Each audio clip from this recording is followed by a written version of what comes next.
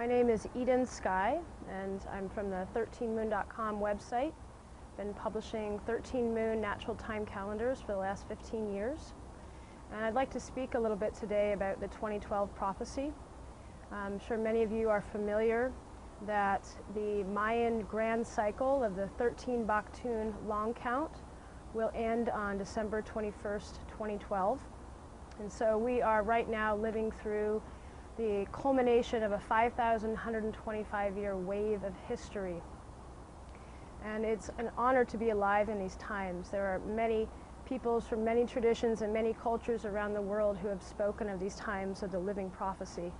I remember back when there used to be 17 years until the end of the cycle, and now there's less than 3 years. As of March 27th, 2010, we've hit the 1,000-day countdown to this synchronization. So it's not about asking what's going to happen on that auspicious day. It's about looking at our lives right here and now and realizing that every single one of us is contributing to the whole of life through our vibrations, through our intentions, through our actions, through our emotions.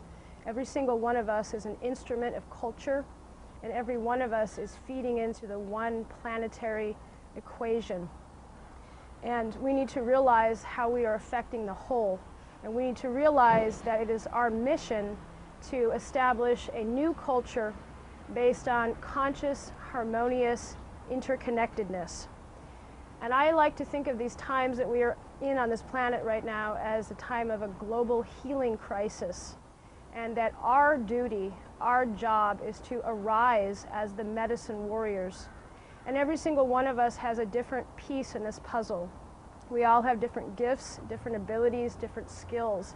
And this is the time we must live aligned with our purpose. And we find this purpose by following our joy, following our passion, following our inspiration. And we need to look within and find that truth and find how to live aligned with that, because that is what we have to give to the whole, to uplift the whole in these times of great challenge and these times of great darkness. And part of the themes, some of the themes of these prophecies is that all that has been unconscious is becoming conscious. All that has been hidden is being revealed. And that means both the incredible light that is now being exposed and also the incredible darkness, the incredible wounds that are coming to the fore. So these are very important times to also to be aware of our own wounds, our own pains, our own traumas, insecurities, the things within us that need to be purified, that need to be healed, that need to be resolved and integrated. It's very, very important times to do the deep work of bringing light to our own shadows. And I also believe that all of the personal traumas that we have all been through, the deep woundings of our souls and our bodies, are also preparations and initiations to support us in the unfoldment of our gifts coming through. And during these times on this planet, in this living prophecy, we can respond with great fear, or we can respond with great love. And this is our option, to come at it from our minds, our linear minds that want to figure everything out, that are very, very scared, or to come at it from our compassionate selves, our ancient heart, that knows that this life is a great mystery and that surrenders to the mysterious nature of this universe.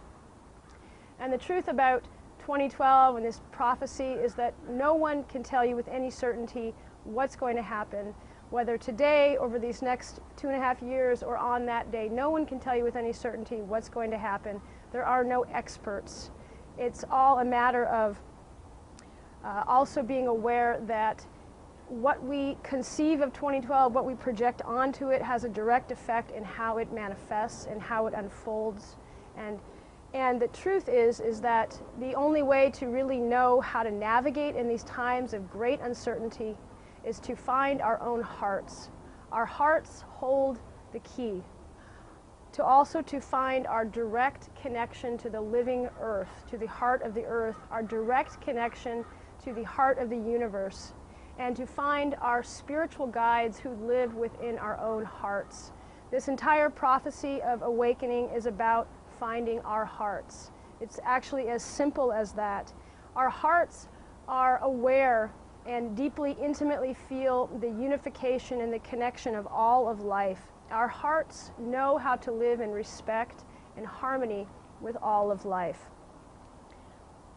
And I also want to share that there is an ancient Hawaiian prophecy that said that there would come a time on the planet when there's so much chaos that it would be necessary for many to arise as agents of calm. I feel it is very clear that these times have arrived. The chaos and the turbulence is everywhere, whether we look around us and all of the natural disasters and all of the environmental crises and all of the wars and all of the sufferings of physically and spiritually of people all over, or whether we look inside of us at our own inner turbulence, at our own stresses, at our own concerns. It is essential that we discipline ourselves to find how to be an agent of calm. And this means looking at ourselves every moment of every day. What energies are we bringing to our lives? We need to deeply use our time in meditation. We need to pray in whatever way we feel moved to pray. We need to focus on centering ourselves. We need to find our breath. We need to find our breath over and over again and use that as a way to come back to our calm center. We need to be aware of how we treat our bodies during these times, to really nourish ourselves, to take care of ourselves, to give ourselves water, organic food, rest, movement, to support ourselves emotionally during these times. And also that part of being an agent of calm is to surrender that these times are deeply accelerated, they're very intense, and they're accelerated on purpose. So we need to not resist that and not fight against that, but surrender to that and understand as we see all these things play out around us, these are the times of prophecy, and we are here to be the agents of calm. And we need to use that both to cultivate a connection to the spiritual realms that transcend death, to understand that we are spirit, we are not simply our bodies, and also to use the reality of death to come back to being grateful for these precious moments here and now when we are alive. And part of being an agent of calm is this deep gratitude. Gratitude for the challenges that we are facing, gratitude for the blessings we are given, gratitude for this opportunity to participate in these auspicious times on the planet. And one other aspect of this prophecy that I'd like to speak about is the importance of returning to natural time. That in this modern world, we are deeply conditioned by what's called mechanical time or artificial time, by the Gregorian calendar and the mechanical clock. And these instruments create a program that has governed all of modern culture, known as time is money. And we're always running out of time, there's never enough time, and we look outside of ourselves to know when it's time to do what. And the truth is, we are all have the ability to be fully telepathic and to know when to be, where to be synchronized at the right place at the right time. But in order to activate our dormant telepathic faculties, we have to strengthen them like a muscle. And the way to do that is to stop relying on artificial time, such as the Gregorian calendar and the mechanical clock, and to look inside of ourselves at our own natural rhythms, our deepest intuition, the feelings and rhythms and cycles of our own body. And also to be aware that a calendar is a program of culture. So the Gregorian calendar that tells us that today is April 4th, 2010, if you look at the history of that, this calendar is not founded on science, it's not founded on logic, it's not founded on natural cycles. It's actually a program of history that is upholding a certain mentality in place that is leading to incredible unconscious consumerism, materialism, biospheric destruction, and a deep sense of meaninglessness and a deep robbing us of the sacred essence of time. So when we begin to wake up out of that, we can find there are calendars that can guide us to live in natural time.